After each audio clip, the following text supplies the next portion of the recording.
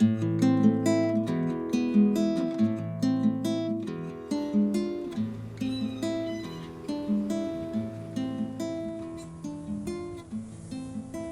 one thing that's really nice about mule deer hunting in the Sonora Desert, especially when you come down in December or January, is, where I live up north in Wyoming, it's a lot colder and freezing. And so when you come down here, it's actually kind of a relief and just a little break from the snow. And you come down and enjoy the beautiful scenery and the warm weather. The Sonora Desert, to me, over all the years of hunting, has been so special. My husband Leo and I come down and we just embrace being together and going out in the outdoors and hunting and getting a chance to even see mule deer or coos deer, and sometimes we've even seen sheep out in the mountains, which is awesome to see in the desert. And it's just been so many special memories. Like, I think about all the years, the people that have been with us, that helped us. The first thing that I always like to do is, even though we travel, make sure your gun is lined up and on site. So that's what we did the first day. We went out and we set up in the road, kind of on a dirt road, and put a target out around 200 yards, because I knew when I left Wyoming, I sighted it in right around 200 yards, so I felt comfortable there. But the elevation, Wyoming, where we were at, was right around 4,000 feet, and where we're at now is about sea level. So then the next day, we decided we were going to get ready to go hunting. So from there, we went hunting.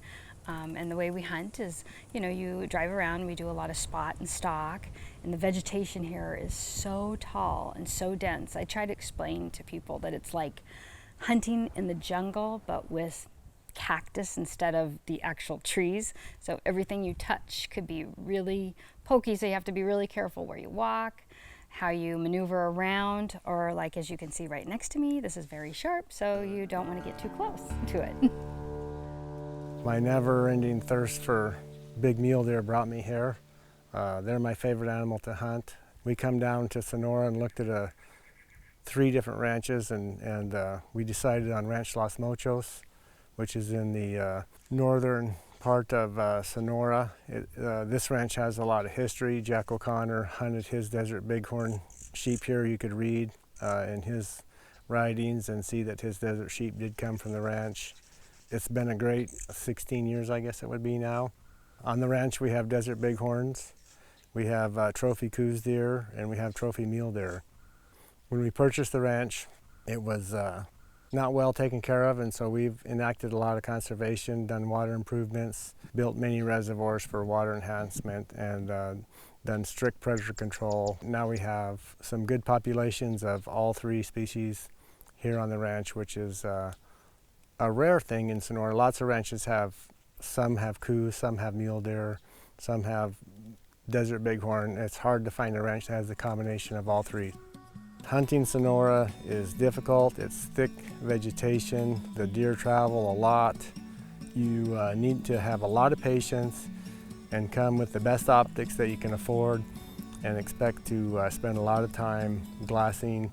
Many people don't have the patience to sit and glass for hours on end, days on end, and weeks on end. And that is absolutely what it takes to locate and harvest these great animals that live in the Sonora Desert. We've let lots of young 4-year-old deer, maybe even last year let a 5-year-old deer that was big. We've let them walk. Occasionally we do relocate those deer the next year and harvest them. That's when we really feel like we've had some great success, but I feel super successful letting those deer live to older age class and spread their genetics in the whole region here. When you find a truly special deer, like, it's worth leaving them to get to that upper age class, spread their genetics, and enhance the herd that we all share here with our neighbors.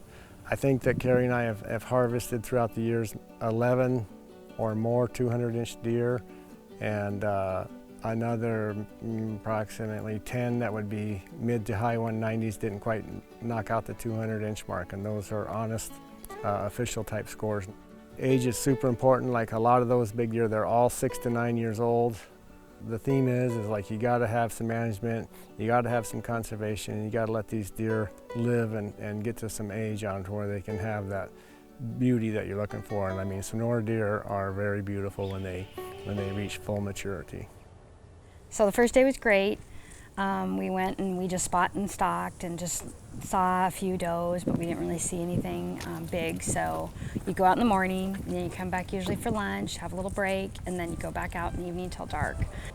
One thing I was really thankful of is when I built my apparel, AZYRE, and hunting it in Canada, the terrain, to Wyoming, to Colorado, to Utah, and always hunting in Sonora, it really performs. You know, my pants, which I'm so thankful of, the stickers and the debris that stick on a lot of materials do not stick on mine, and I've been very grateful for that, because when you sit down, you can brush it off and it doesn't go through the pants. So AZYRE really has exceeded my expectations in all different types of terrains and different type of hunting, so I'm very blessed for that.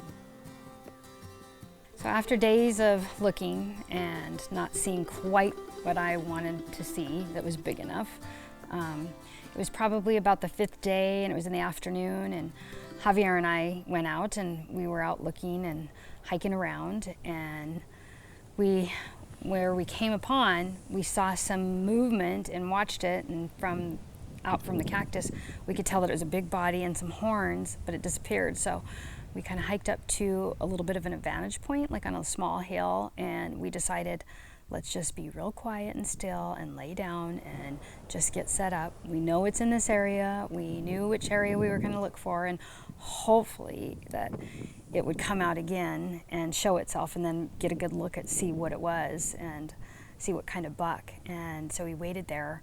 It seemed like forever, but I know it was probably only about maybe 45 minutes, and it was starting to get dark and I was starting to get cold, so I put on my sweater so I was laying there and thought, okay, I'm just gonna sit here and wait out. And then all of a sudden Javier kind of pointed and I could see the movement, and then all of a sudden out from behind the polyverde or bush or whatever cactus he was, I saw the horns. And when I saw how wide in my scope and how big he looked from there, I knew immediately this was a buck I was going to try to shoot for. So I literally got ready and I just waited and I got myself calm and I started taking deep breaths and I started just keeping myself positioned so that I could make a good steady one shot.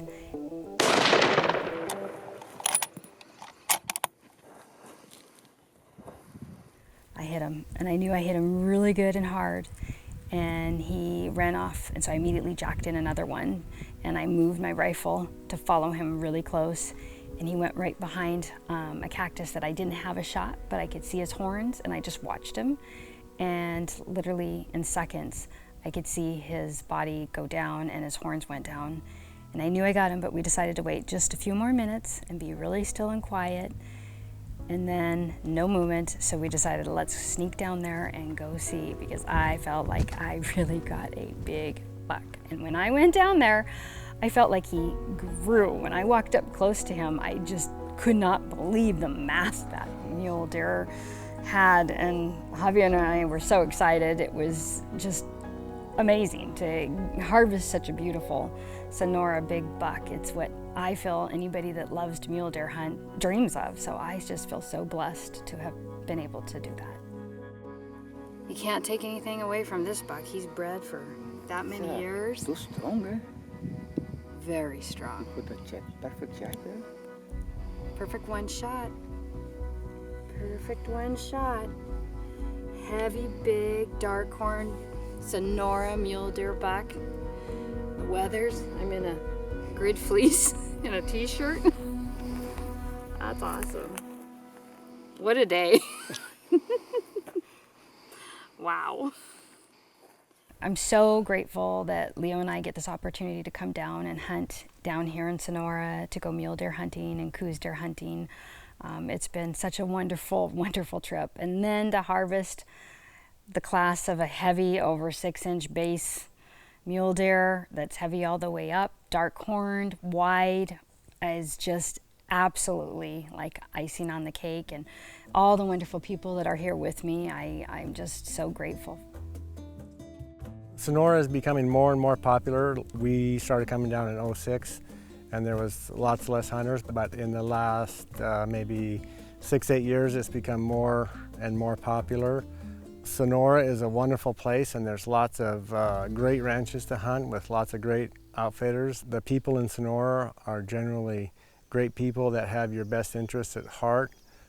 Everybody comes down here thinking that they're gonna, buck a hunt and kill a 200-inch mule deer. This is a great place to kill a 200-inch deer, but they're not on every hilltop, and many people go home disappointed. So that may be a bit oversold, so I would say proceed with caution on what your expectations are when you come here. For sure, you're gonna find a beautiful ranch setting with great weather, great people, great food, and trophy deer. So just be sure that you know what your expectations are when you come to Sonora.